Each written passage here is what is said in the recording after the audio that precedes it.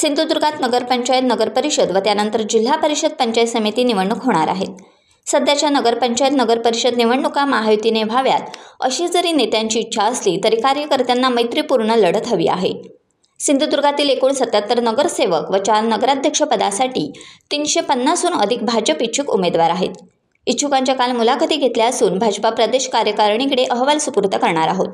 14 नोव्हेंबरपासून भाजपाच्या उमेदवारांचे नामनिर्देशन दाखल केले जाईल असे भाजपा निवडणूक प्रमुख माजी आमदार प्रमोद जठार यांनी पत्रकार परिषदेत सांगितले. सिंधुदुर्गात 100% भाजपा करण्यासाठी स्वबळावर लढावे असे कार्यकर्त्यांचे म्हणणे आहे. त्यामुळे येत्या 1-2 दिवसात महायुतीबाबत ठोस निर्णय घेतला जाईल असे प्रमोद जठार म्हणाले. कणकवली येथे आयोजित पत्रकार परिषदेत भाजपा निवडणूक प्रमुख माजी आमदार प्रमोद जठार बोलत होते. यावेळी माजी नगरसेवक शिशिर परुळेकर, बबलू सावंत, शिडमणे सरपंच रवींद्र शेटे, संतोष पुजारे, ॲडव्होकेट अभिजित सावंत उपस्थित होते. हे नगरपंचायत, नगरपालिकांच्या निवडणुकीने सुरू झालं.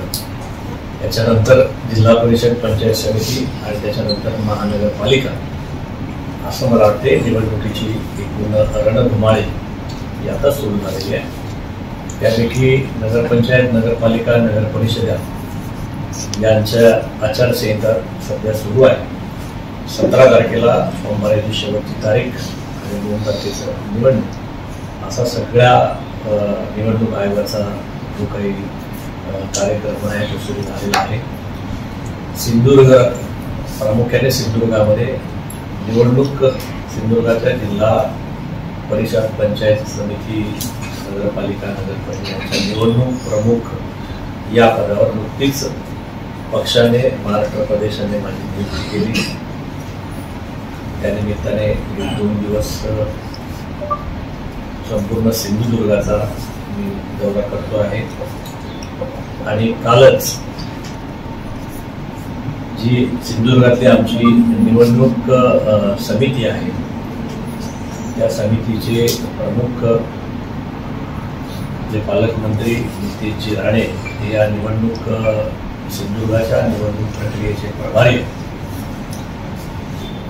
ते स्वतः संघटन मंत्री शैलेंद्र दळवीजी, जिल्हा अध्यक्ष प्रभाकर सावंत आणि जिल्हा बँकेचे अध्यक्ष मनीष दळवी अशा आमच्या 5 लोकांच्या कोर टीमने काल दिवसभर कार्यकर्त्यांच्या ज्यांना जे निवडणूक या 4ही नगरपालिका, नगरपरिषदेमध्ये निवडणूक लढवण्यासाठी सिंधुदुर्गात इच्छुक आहेत त्यांच्या मुलाखती घेण्याचा कार्यक्रम आम्ही काल दिवसभर केला.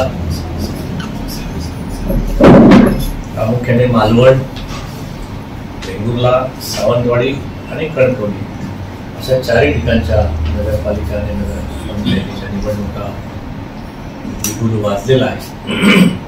कणकवलीमध्ये सकाळी आम्ही निवडणुकांच्या इंटरव्ह्यूचा, मुलाखतींचा कार्यक्रम सुरू केला.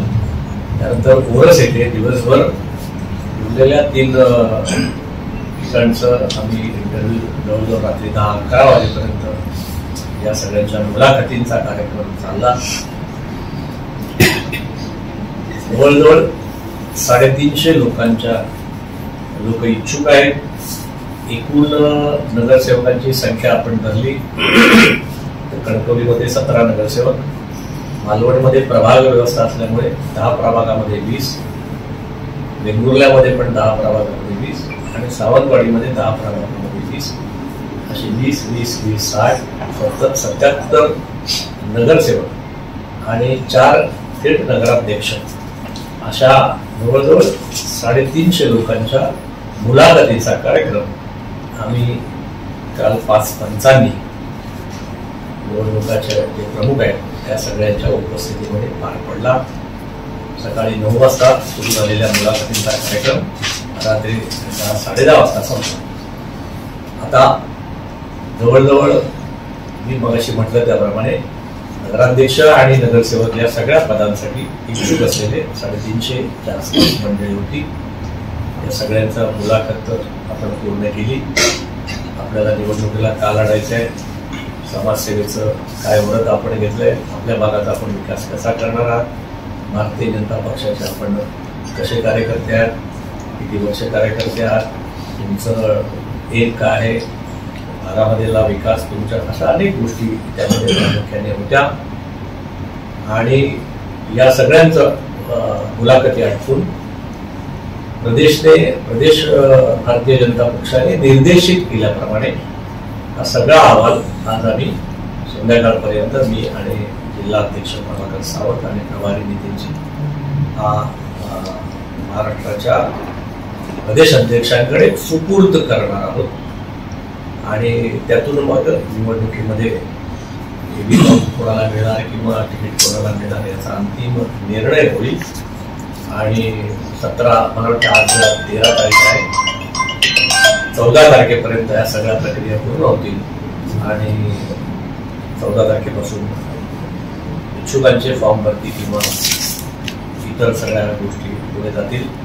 असा एकूण या कार्यक्रमाची रूपरेषा गेले 2 दिवस आम्ही केली. आपल्या माध्यमातून जनतेपर्यंत, कार्यकर्त्यांपर्यंत आणि मतदारांपर्यंत या पोचाव्यात म्हणून आजच्या या बैठकीचा त्या ठिकाणी प्रेसचं नियोजन.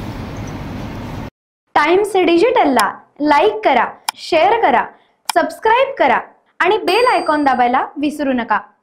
Times digital.